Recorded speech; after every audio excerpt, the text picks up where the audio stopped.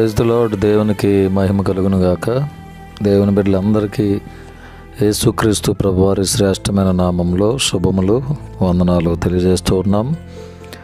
యేసే మనందరిని ప్రేమించి మన జీవితంలో మరి యొక్క నూతన దినం జనవరి మాసంలో 17వ తారీఖులో ప్రభు మనల్ని ప్రవేశపరిచారు. ఈ నూతన దినాన్ని బట్టి మనమందరం దేవునికి నిండు కృతజ్ఞతాస్తుతులు చెల్లింపబద్ధులమై ఉన్నాం. దేవుని బిడ్డలారా, యేసే మనకిచ్చిన ఈ నూతన దినమును మనము దేవుని గణపరుస్తూ దేవుని యొక్క వాగ్దానాన్ని స్వీకరించుదాం. జీవం గల దేవుని వాక్ అనే కార్యక్రమంలో దేవుడు మనకిస్తున్న వాగ్దానం కీర్తన గ్రంథం 21వ అధ్యాయం 4వ వచనం. చాలాసార్లు మనం విన్న వాక్యమే, వాగ్దానమే.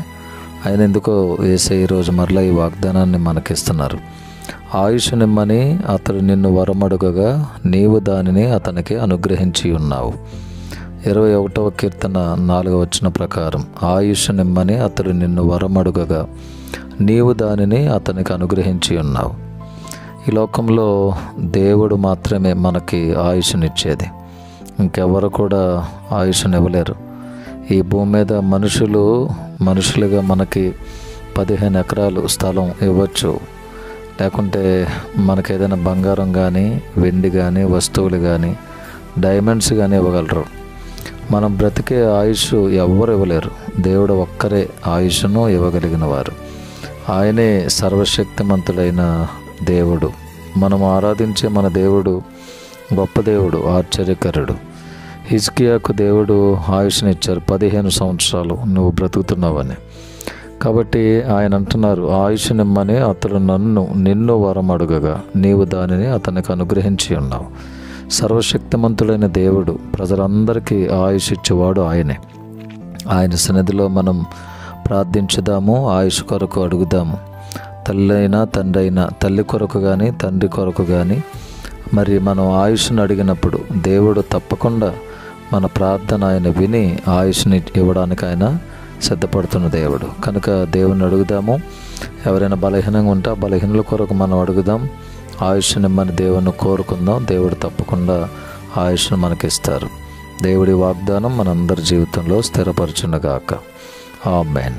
మా ప్రేమగల తండ్రి, పరిశుద్ధులైన ప్రభువా, జీవాధిపతి వందనాలు. జనవరి మాసము 17వ తారీఖులో ఈ నూతన దినాన్ని మాకు ఇచ్చినందుకు స్తోత్రం. ప్రతి దినము నీ కాపుదల మాకు ఇస్తున్నందుకు వందనాలు. ఆయుష్ను ఇస్తున్నందుకు స్తోత్రాలు. వరమును ఆయుష్నిమ్మని మేము వరం అడిగినప్పుడు ఆ వరమును మీరు మాకు ఇస్తున్నందుకే వందనాలు ప్రభువా. చేస్తున్న ప్రతి మేలును బట్టి వందనాలు. కృపతో మమ్మల్ని నింపండి. మీ సన్నిధి, మీ కాపుదల మా అందరికి దయచేయండి. ఎవరైతే బలహీనులుగా ఉన్నారో బలపరచండి. ఆయుష్కాలను పొడిగించి మిమ్మల్ని గణపరిచే బిడ్డలుగా బలపరచండి. మీ హస్తం మా మీద ఉంచండి. యెరూషలేమునకు క్షేమము కలుగునుగాక. వీక్షిస్తున్న వింటున్న బిడ్డలందరి జీవితంలో దీవెన, ఆశీర్వాదాలు సమృద్ధిగా దయచేయండి. ఈ దినమంతా చేసే పనులు, ప్రయాణాలు, ఉద్యోగాలు, చేతి పనులు, డ్రైవింగ్, నాయన అన్ని విషయాల్లో అందరికీ తోడుగుండి క్షేమాన్ని ఇవ్వండి. యేసయ్య నామములో ప్రార్థించి వేడుకొని పొంది ఉన్నాము తండ్రి.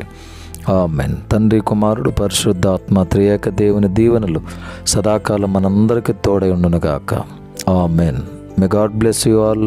మే గాడ్ బ్లెస్ అవర్ ఇండియా.